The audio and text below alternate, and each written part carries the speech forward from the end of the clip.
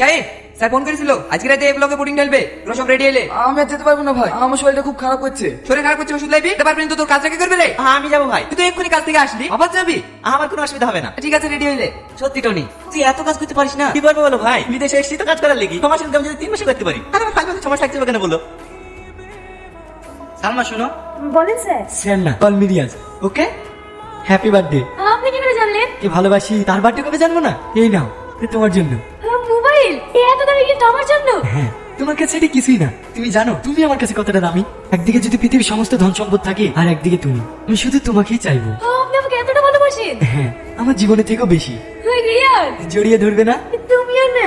আরে আরে, এখানে না, কালকে রেস্টুরেন্টে দেখা করবো। ঠিক আছে। আপনি যে ব্যক্তিকে কল করেছেন তিনি অন্য কল। আপনি যে ব্যক্তিকে কল করেছেন তিনি হ্যালো।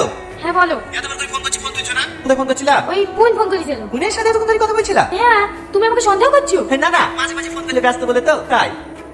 ও, তার মানে তো বুঝতে চাইছো তোমাকে আমি প্রেম করে বেড়াচ্ছি, তাই তো? না না, তুমি আমার উপর ফাইল বলতে রাগ করছো। আমি ওইভাবে বলিনি।